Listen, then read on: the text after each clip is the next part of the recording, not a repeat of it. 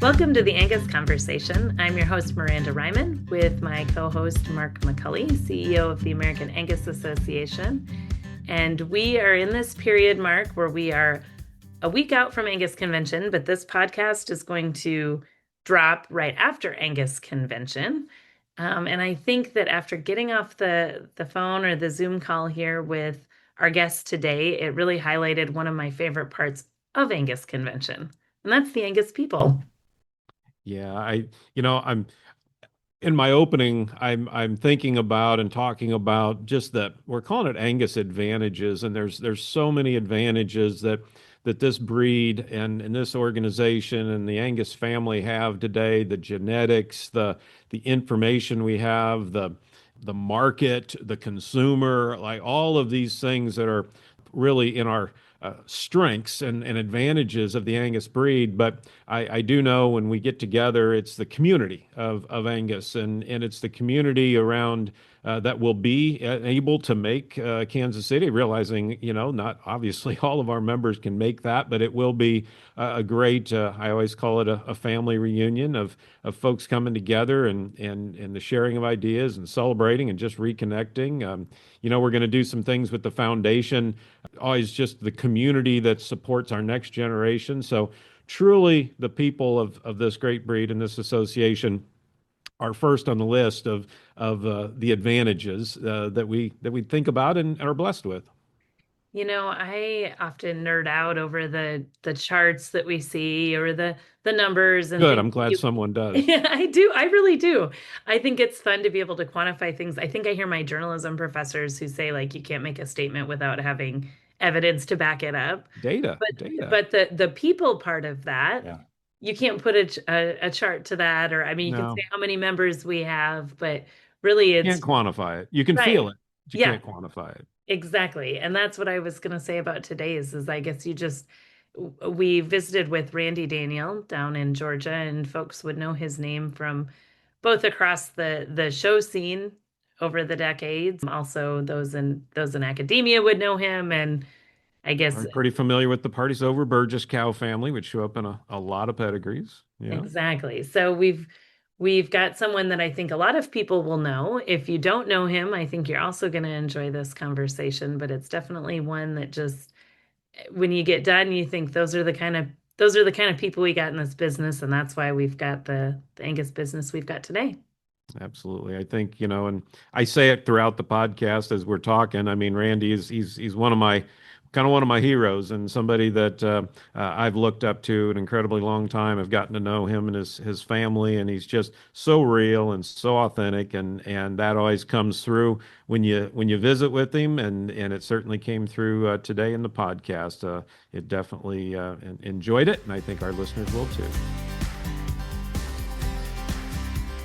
So today on the podcast, we are headed to Colbert, Georgia to visit with Randy Daniel. How are you doing this morning, Randy? Doing well, thank you. Very good. Well, Mark, I'm probably going to let you do a little bit of an introduction because I understand that your history with Randy goes back far longer than mine does. So I'm going to hand the reins over to you. Probably far longer than Randy or I either want to admit, because that means we're getting older. I'd hate to put years to it, but it does go back quite a while. I mean, Randy's truly one of my favorite people, and just have such fond memories of even back, back all the way back to the Michigan State time when I was in grad school, and got to know Randy and Beth and the family down there in Colbert, Georgia. Got to spend occasionally get to travel through the country and get to stop in and go look at some really, really good Angus cows with Randy, and some very, very fond memories. So I had to twist his arm and call in a favor to say, hey, would you come do this podcast with us this morning? So Randy, we appreciate you agreeing to do it. Thank you. I'm guessing most listening, Randy, know you and either have met you in person or for sure know your name, but maybe a little of your background to get us kind of started. Many would also know Dr. Dan, your father, a very influential leader within the beef industry, saddle and sirloin inductee. I had read somewhere, it's the fun thing about the internet, you can go research some of these things, that your dad once bought you a steer when you were little, and you spent too much time roping him instead of halter breaking him, and and he took that steer to market, and that was maybe your first show steer, and it didn't turn out so well. Is that a true story, or is that folklore? Yeah, that's what happens on the internet. Yeah, that is a true story. It is a true story, and I didn't even know that was out there. But yeah, we were in the Panhandle, Oklahoma. Lived in Goodwell, Oklahoma at that time, and my sister was showing steers and real competitively, and I got my first one. And you live in Goodwell, Oklahoma, you kind of create your own entertainment out there. That was playing with a rope and a horse and staying in trouble. And I was doing all of the above. And I went out one day to feed my steer, and I couldn't find him. And so Dad came in that night. I said, Dad, I can't find my steer. He said, what steer? And I said, well, my steer, I can't find him. He said, you don't have a steer. And then he explained to me that I was responsible for taking care of that steer. So he sold him. And then my punishment for that was I had to work a whole year for my older sister to earn the right to have the next one. So, and she was harder than Dad was. So that is a true story. Yeah. That's actually brilliant parenting, I think. I like Yeah, that story. yeah. Well, so then you got on the straight and narrow and participated in some youth, some Angus. Did I also understand you were in the very first National Junior Angus Show showmanship competition? I was. I was 15 at the time, and I was fourth. Looking back, now nobody at 15 would think about doing that, but yeah, it was a great trip. That was when the fraternity was at Lexington, we showed out under those trees. It was a great memory. And then from there, you went on to the University of Georgia I did. Yeah. and Yeah. animal science, I assume. Yeah, that was the only thing I was comfortable that I might get through. So that's all I ever liked. I wasn't like Mark McCully. See, he did that with ease. I had a hard time going to school. So go ahead.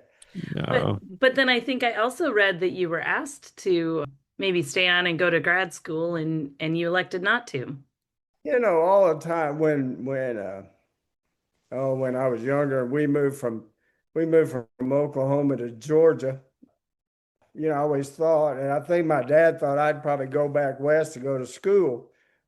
We bought the place that is now Partisover when I was a freshman at Georgia. Then after that, this is where my heart was, and I didn't want to go. So I judged here at the university, and finished the BS and had a really good year on the judging team, and I thought at that time that I was getting all these letters from schools wanting me to come do graduate work and coach the team. I thought it was because I was good. And, then later you look back and everybody thinks, well, that's Dan Daniels' son. He'll stay in academia. And so I went over to my dad's office, and I took my letters over there, and my head was big. And I said, well, what do you think? And he said, well, you can't tell the difference in those that can't and those that won't. He was a very good communicator. And he said, what do you want to do? And I said, well, I really want to go run cattle. And he said, well, that's fine, but the party's over. So that's where the name came from. And then he was my partner for, gosh, until 6 years ago. Yeah. Yeah. So the party's over as the name stuck. When did you come up with the logo or the brand, I should say, the brand? Well, shouldn't say this, but I guess people that knew me probably figured that's kind of well, it's not appropriate. It's an upside down wine glass, and Mark and I both know that's not always the case, but that's what the brand is. I think it's brilliant marketing that it goes together. That's why I wondered whose genius it was. So Probably my dad's. Yeah. I don't remember where that came from, but then we named it, and then somebody gave us or made us a Partisover brand that we used for years. Yeah. Yeah, I love that. Where did you meet Beth along the way? You guys met at University of Georgia or before that? No, if Beth was here, she'd tell you that she's 5 years younger than I am. That'd take about 30 seconds into the conversation, but I was out of school. I was out of school. I'd finished at Georgia and man, doing anything I could to try to survive. And my dad, he judged every show down here and everywhere else forever. And he had met Beth, and he was, I guess, he was forever the matchmaker. And she wanted him to find her a steer for the following year. And so we were in Oklahoma, and he picked out. Well, we were at Bob Hartley's at Spur Ranch in Oklahoma, and Bob had really good Angus cattle, and he also had some Charolais cross cattle, Charolais Angus cross cattle. And so Dad picked out two steers, an Angus steer and a really good smoky one, and sent them down there. And I think Beth kind of assumed that the black steer was supposed to be hers, and so she took the black steer, who was okay, and let her friend have the smoky one. And so the next spring, when it was time to show that steer, Dad told me he wanted me to go to Moultrie and clip this steer for this girl. And I said, I do enough free extension work. I'm not going to go. And even though I was out of college, he was still pretty insistent. And so I went down there and clipped that steer. And that was an expensive trip, Mark. I just kept going back. Several years later, she came up and finished a degree here at Georgia, and then we got married a couple years later. Yeah. Yeah. Awesome. So thank goodness you listened to your dad. So after that, you raised your family in the Angus business. Talk a little bit about that, about how you grew your ranch, how you grew your family at the same time. Yeah, Buck came along about 3 years after we got married, and Whitney 2 years later. Beth was with Extension, took a job as an assistant agent right out of school, and at the time we got married, Extension had a freeze on all hiring positions. So, man, we were broke. And Beth was here, and I was running around shearing sale cow, anything I could to kind of try to make a living. And with that, Beth had to stay here with two small kids and kind of hold things together for a long time. It was good. I can't get her to do a darn thing now except take care of grandkids, but when she wants to, she can really be good. She put in her time, Randy. I know how that works. Well, anybody that's been around the operation knows where the work gets done, Randy. So kudos to Beth. She's earned that time with the grandkids. She's taking full advantage of it. Yeah. Good. So from those kind of humble beginnings, how did you make the ranch and the cow herd into what could be a sustainable, this is going to be our full-time career here? Well, to be honest, until the last probably 10 years, we always had to kind of have a side hustle to support it. And so I started, first started selling equipment, livestock handling equipment. And then I met Bill Brewer and River Road Sales and just became a really good friend. And, for a long time, that was a lot of why Beth stayed home. And because kind of Beth and Dad taking care of the day-to-day here because I was running all over the place, selling equipment, trying to make a living.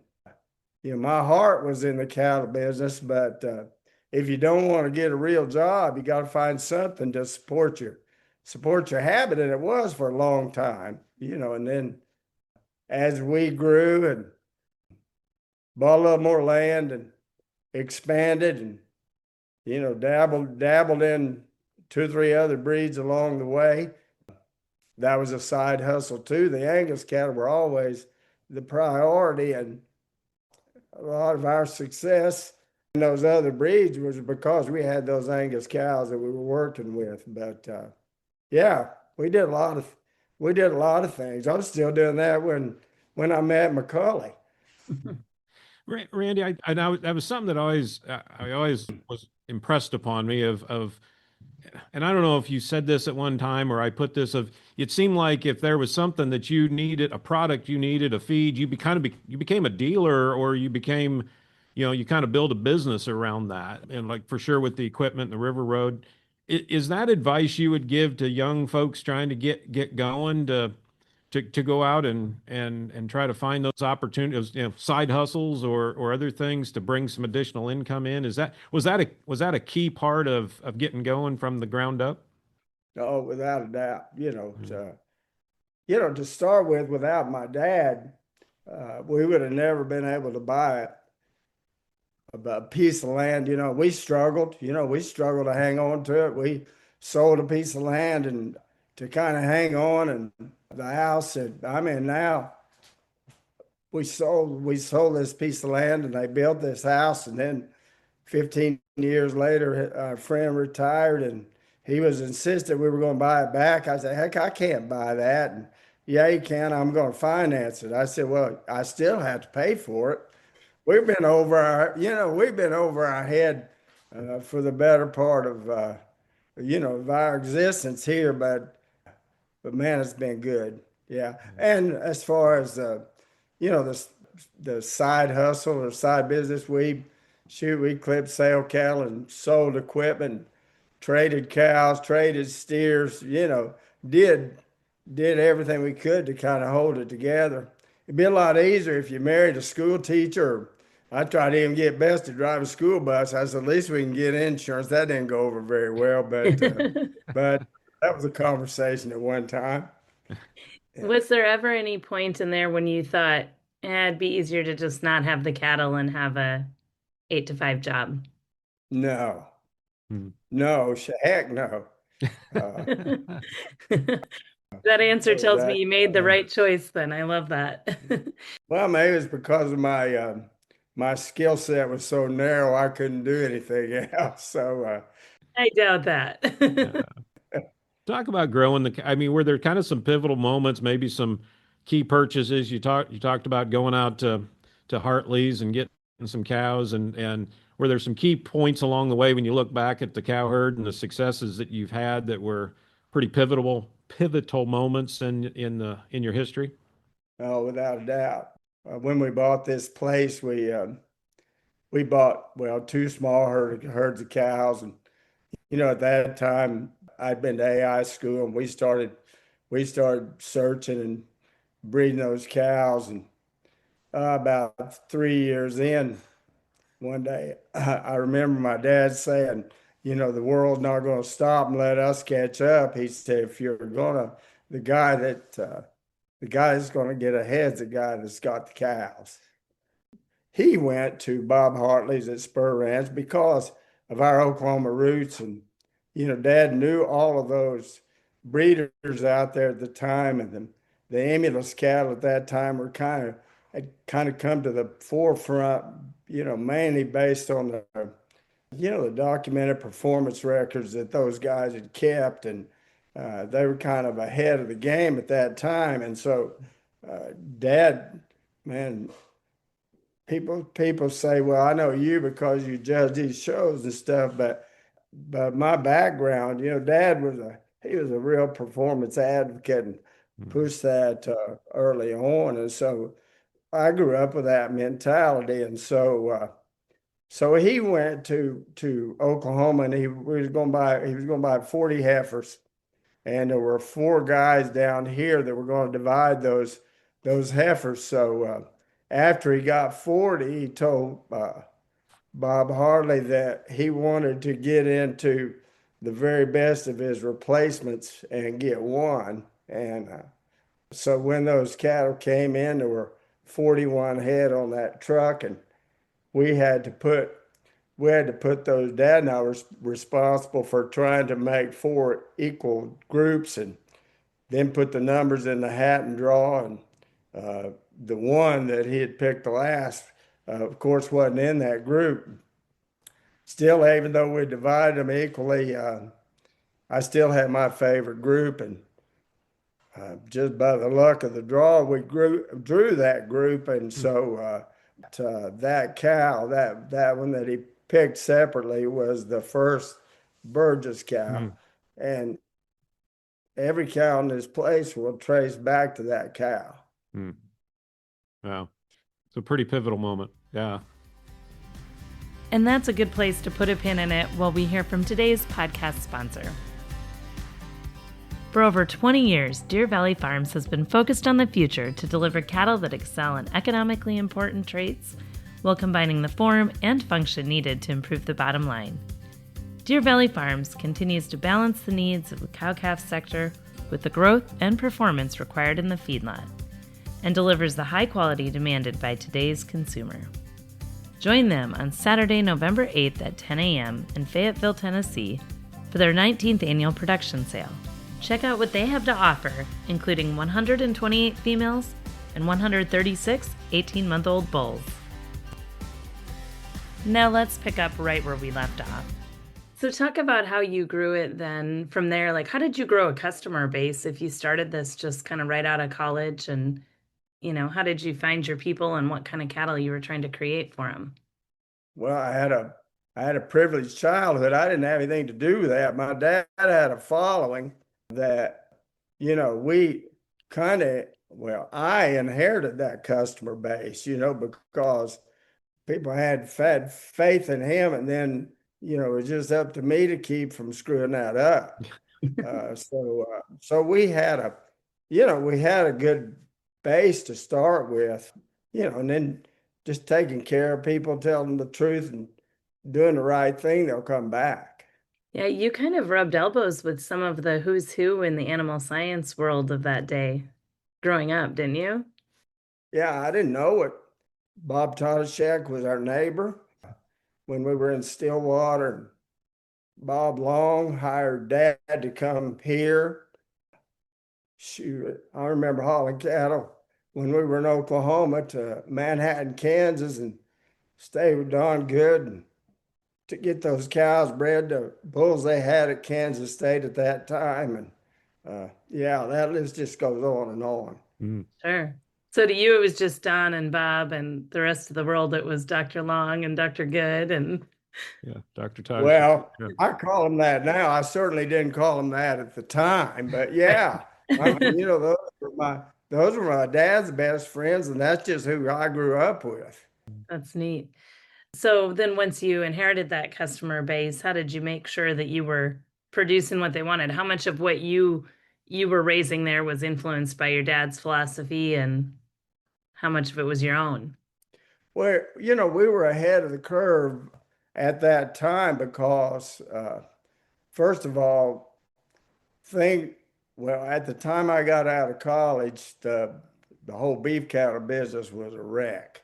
I mean, the kind of cattle that were popular, even the cattle, the livestock that were popular when I was on a judging team, we were probably taught to place everything backwards.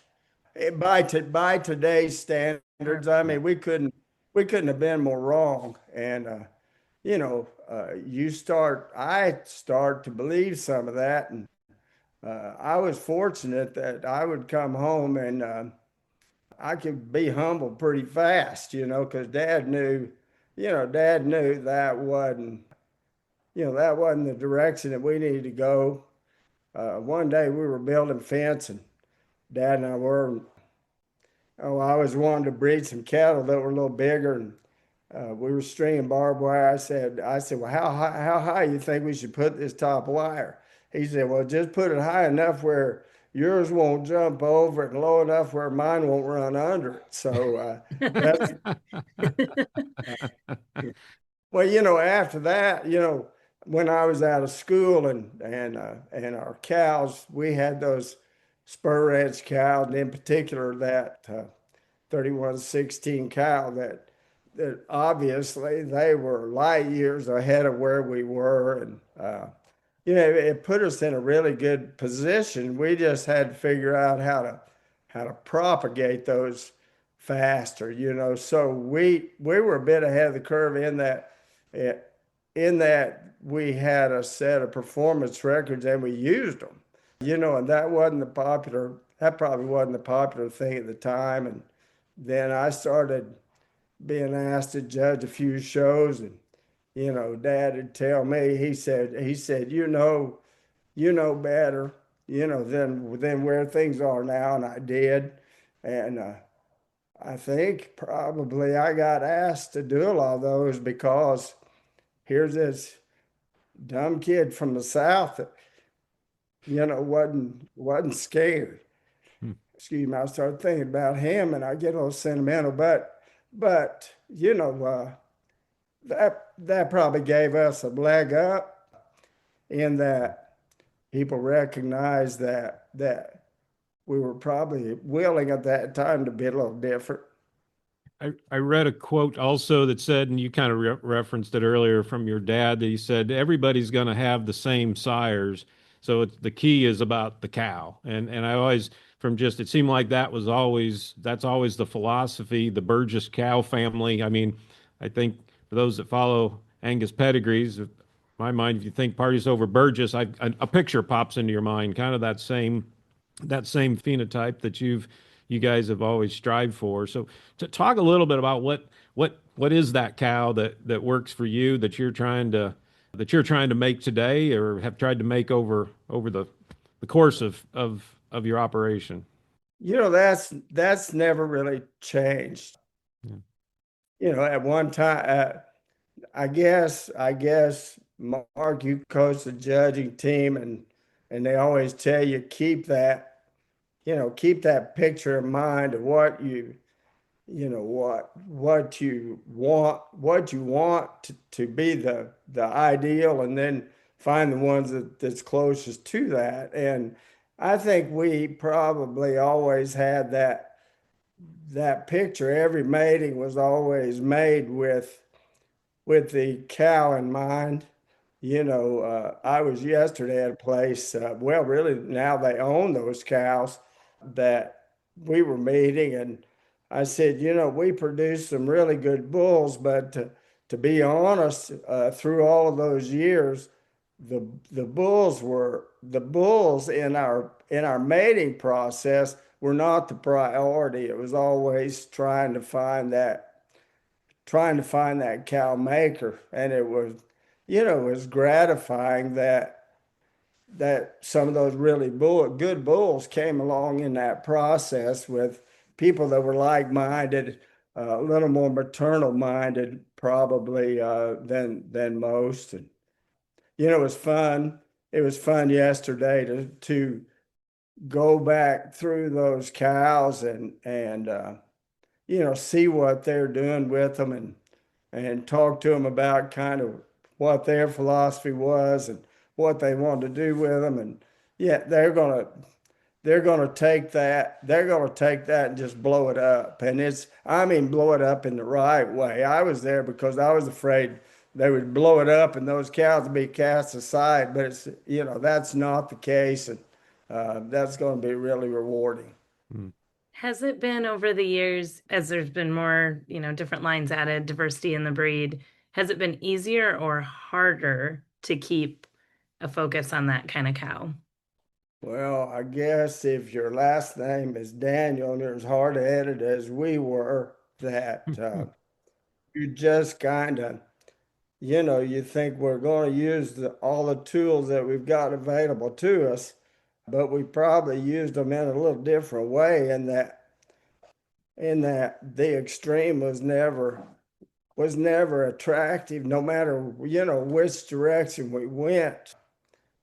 At one time, we had a bull that was a high yearly weight bull in the breed that was out of one of our cows, and then all of a sudden, people start calling, and they think, well, man, these guys are going to be, they're going to be pushing that, and we want part of this. And we go to a point, and that's about as far as we think we can go. So we back off, and then a bull that wins is, one of the early sire evaluations was out of one of our cows. And then all of a sudden we get a whole new focus. And the people that are, interested in going that direction or calling and wanted to come here and look, and can't believe that you're not going to just pursue that and push it.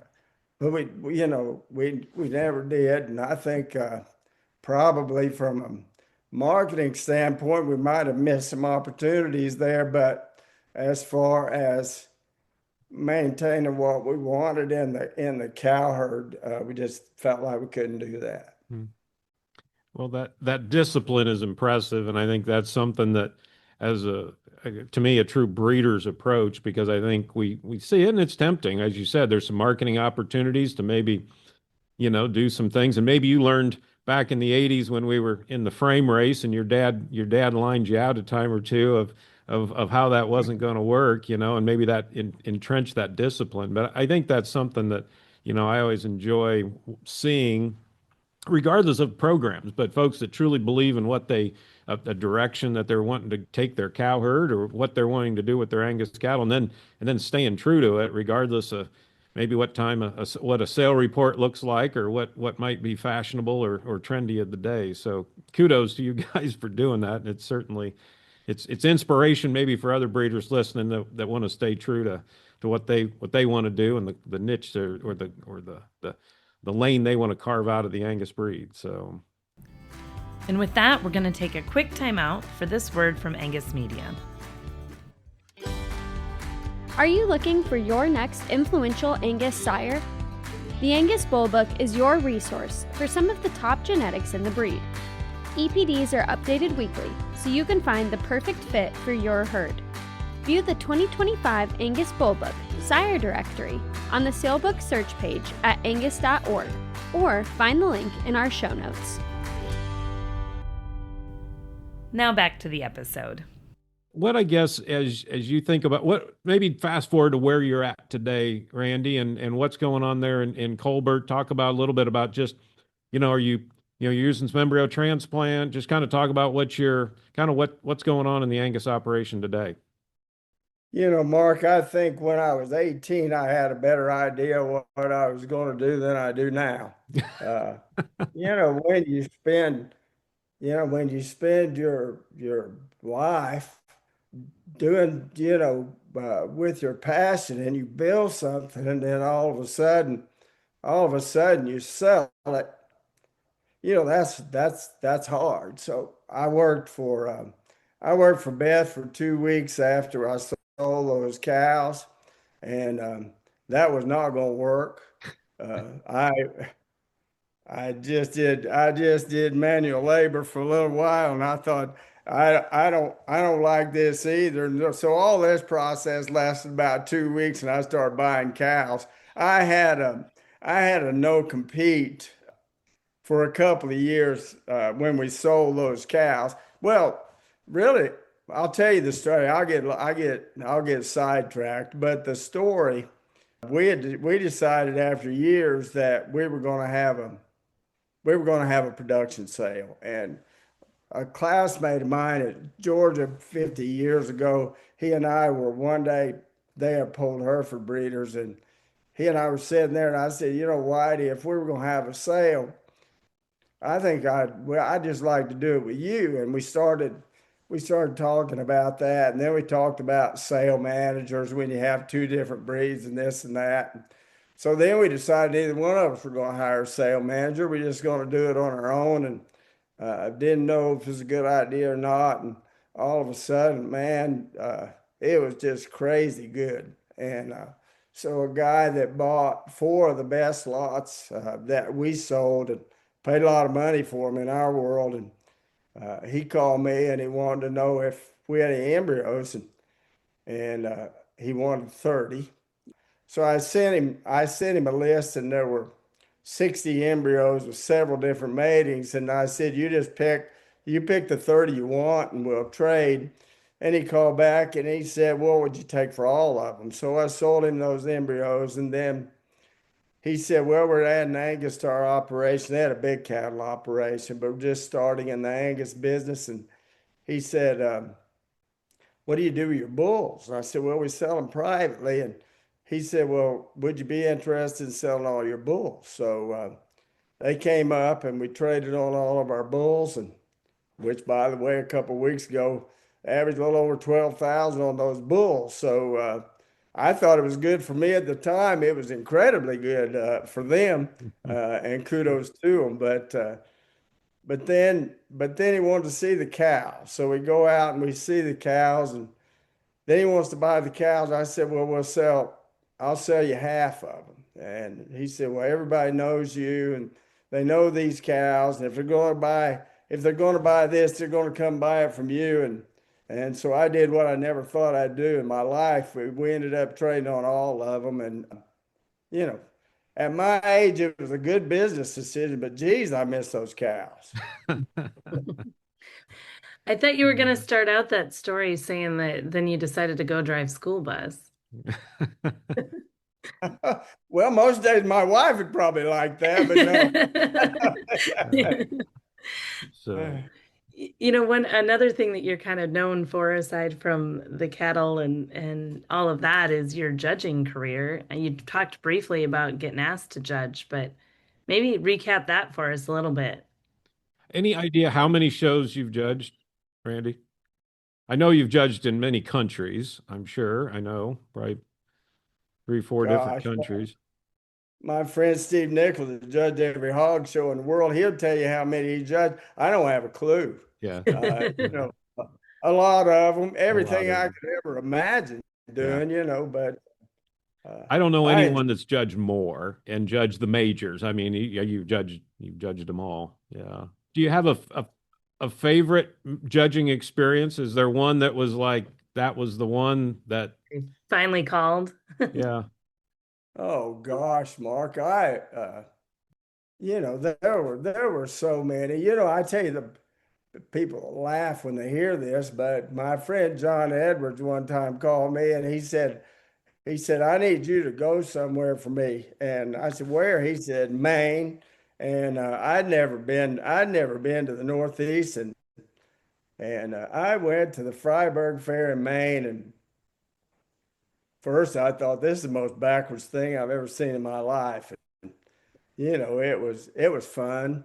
And the next year they asked me back, and I thought, Beth would eat this up. I mean, it's like stepping back in time 100 years. And, that state, the elite wealthy live on the coast, but the majority of that state lives below the poverty level. And they all come to the Freiburg Fair. And I guess that's why a redneck like me fit right in up there. But Beth went, and we, golly, you watch them.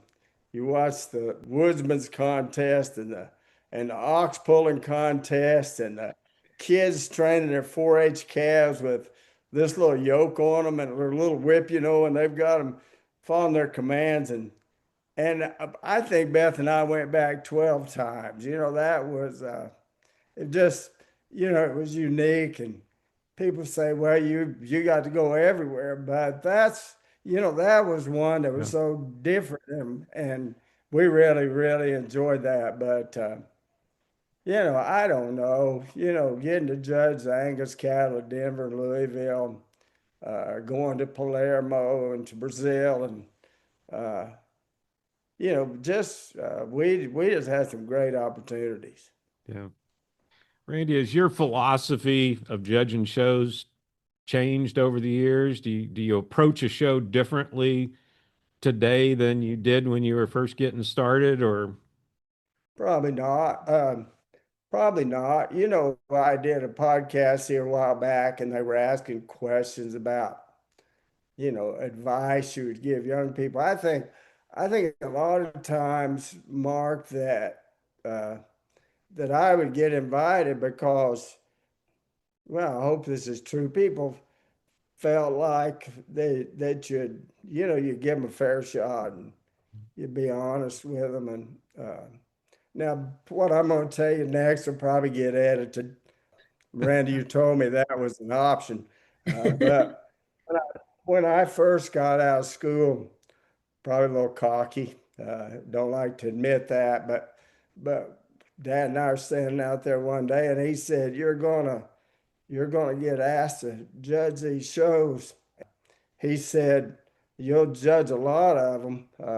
He said, you'll get a chance to judge a lot of them, but he said, you just got to forget all this shit. That's what he said. Now that's a quote. He said, you got to forget all this shit and stand there and just describe the cattle like you describe if you had a customer in your lot. And uh, I think that's good advice in that I hear and see some really, really talented young people that want to impress their compadres and want to make it sound way more sophisticated than it is. And, I think, place them on the big things and describe them and keep it simple where everybody understands it. And people like that.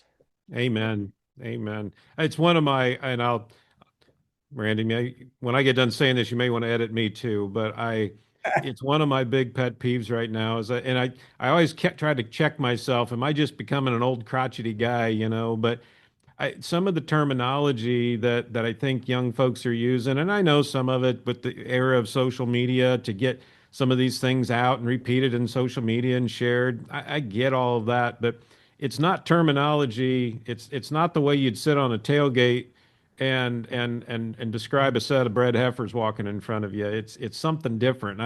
That really bothers me, and so I guess I just put an emphasis or an exclamation point behind that. I think we got to get back to just describing the cattle and not getting or the livestock and not making a performance about it. But okay, I'll get down off my soapbox. I didn't think I was going to go there today. You're not the only crotchety old guy on this conversation. When Mark McCully and Randy Daniel don't know what you're talking about, something's wrong. And I hear terminology that I don't know what that means. So just a crotchety old guy. It's funny that you say that though, Mark, because I would be way more on the writing side, and as I coach young writers, it's the same thing. I hear an old editor in my back of my head that says, "Don't use a 50-cent piece when a nickel will do," or something like that. And it was always like, why use the big fancy word? So Yep. it must be across the board. Yeah. We're all in the same category today. Over the course of that judging career, talk about how you saw the cattle change, and if there was a type you gravitate toward. You've seen a lot in your entire judging career. Yeah, I didn't start when the cattle were minute. When I started judging, the cattle were way too big, and we probably described what was there, but our priorities were probably way out of whack. And those changes weren't going to come overnight. But I think some things never change. Whether they were big or little.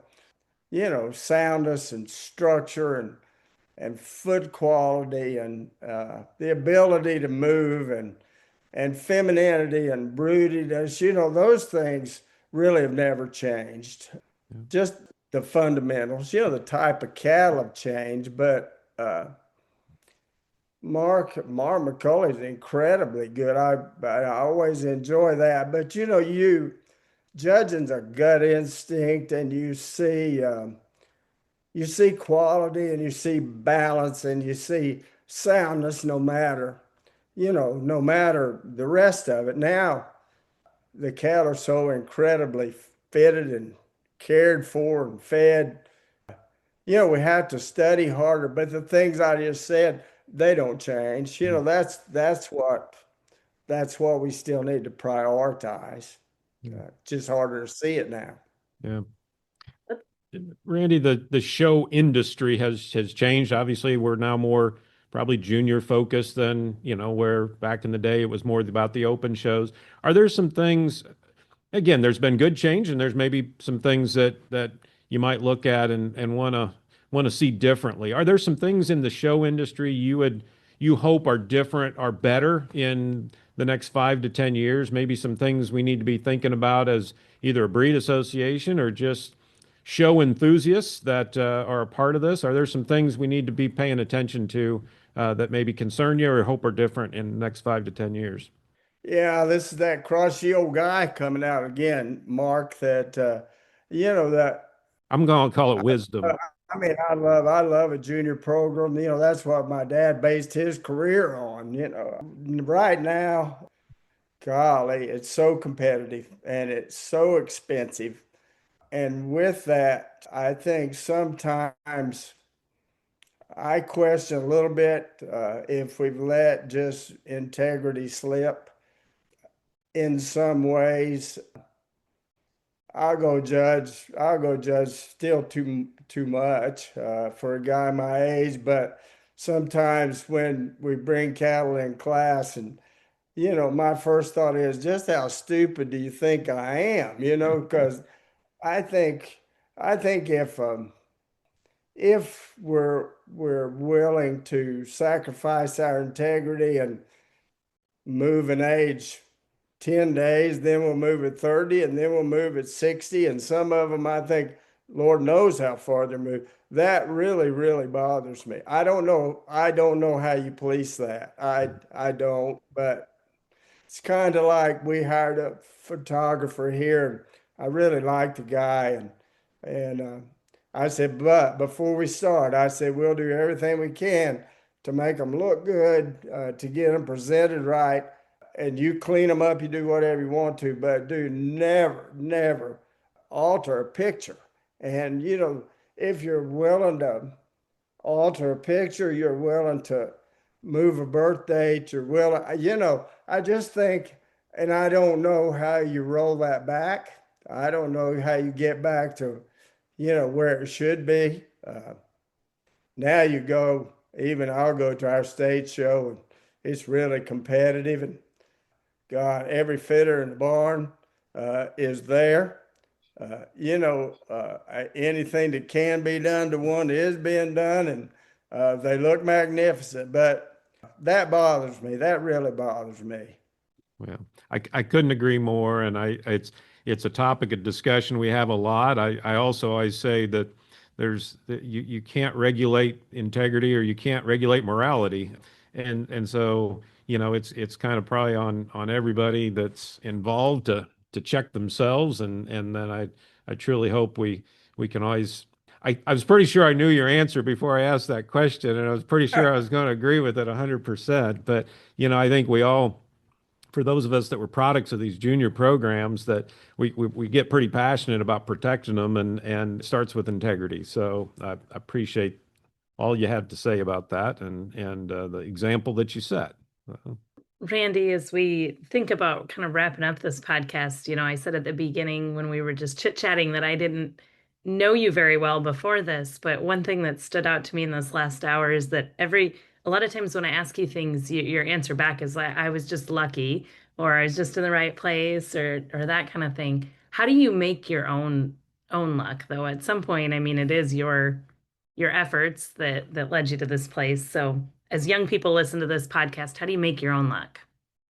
Well, probably our conversation on the last topic is part of that. People have to believe in you.